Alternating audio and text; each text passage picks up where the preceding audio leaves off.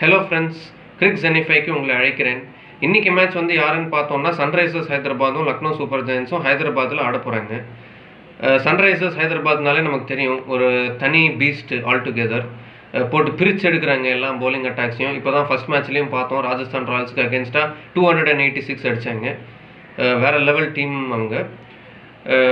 முதல்ல head to head between these two teams பார்த்தோம்னா Lucknow super Jains ஆக்சுவலாக லீடிங்கில் இருக்காங்க, 3-1 சொல்லி லீடிங்கில் இருக்காங்க against Sunrisers Hyderabad head to head டேர்ம்ஸில். ஆனால் இப்போ கரண்ட் ஃபார்ம் வச்சு பார்க்கும்போது சன்ரைசர்ஸ் ஹைதராபாத் தான் ஒரு பெரிய ஃபேவரட்ஸாக இருக்காங்க. லக்னோ சூப்பர் ஜெயின்ஸ் வந்து சன்ரைசர்ஸ் ஹைதராபாத்துக்கு அகேன்ஸ்டாக அன்பீட்டனாக இருந்தாங்க 2023 வரைக்கும்.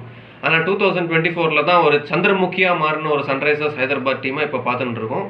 அண்ட் அந்த டீம் வந்து ஹைதராபாத்தில் 166 ரன்ஸ் சேஸ் பண்ணாங்க லக்னோ சூப்பர் ஜெயின்ஸுக்கு அகேன்ஸ்டாக 10 ஓவரில் சேஸ் பண்ணாங்க அந்த டார்கெட்டை.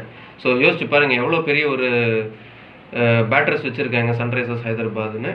ஸோ என்ன தான் வந்து ஹெட் டு ஹெட் வந்து லக்னோ சூப்பர் ஜெயின்ஸுக்கு ஃபேவரபுளாக இருந்தாலும் இப்போ கரண்ட் ஃபார்ம் வச்சு பார்க்கும்போது சன்ரைசர்ஸ் ஹைதராபாத் கொஞ்சம் பெட்டராக இருக்காங்க. அண்ட் மேட்சப்ஸ் வந்து பார்த்தோம்னா இஷான் கிஷான் வர்சஸ் ரவி பிஷ்னாய், இது ஒரு matchup to watch out for. ஏன்னா இஷான் கிஷான் வர்சஸ் ரவி பிஷ்னாய் பார்த்தோம்னா 36 பால்ஸில் 33 ரன்ஸு.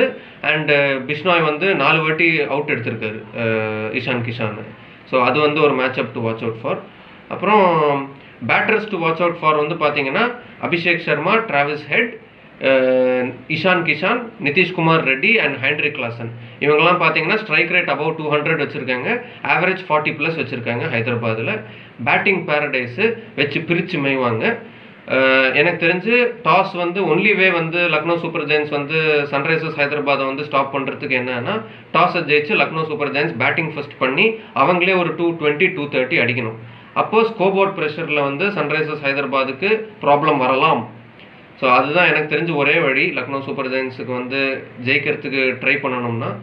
பட் டாஸ் வந்து சன்ரைசர்ஸ் ஹைதராபாத் ஜெயிச்சு பேட்டிங் ஃபர்ஸ்ட் பண்ணாங்கன்னா என்னோட பொறுத்த வரைக்கும் சன்ரைசர்ஸ் ஹைதராபாத் ஓவர்வெல்மிங் ஃபேவரட்ஸ் நீங்கள் ஜெயிக்கிறதுக்கு.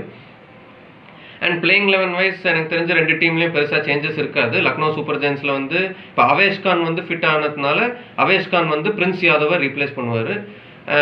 அண்ட் எய்டன் மார்க்ரம் வந்து ஓப்பன் பண்ணாமல் இந்த வாட்டி மிடில் ஆர்டர் ஆடணும், ரிஷப் பந்த் ஓப்பன் பண்ணணும் இன்னிங்ஸை. அதுதான் பெட்டராக இருக்கும் லக்னோ சூப்பர் ஜெயின்ஸை பொறுத்த வரைக்கும்.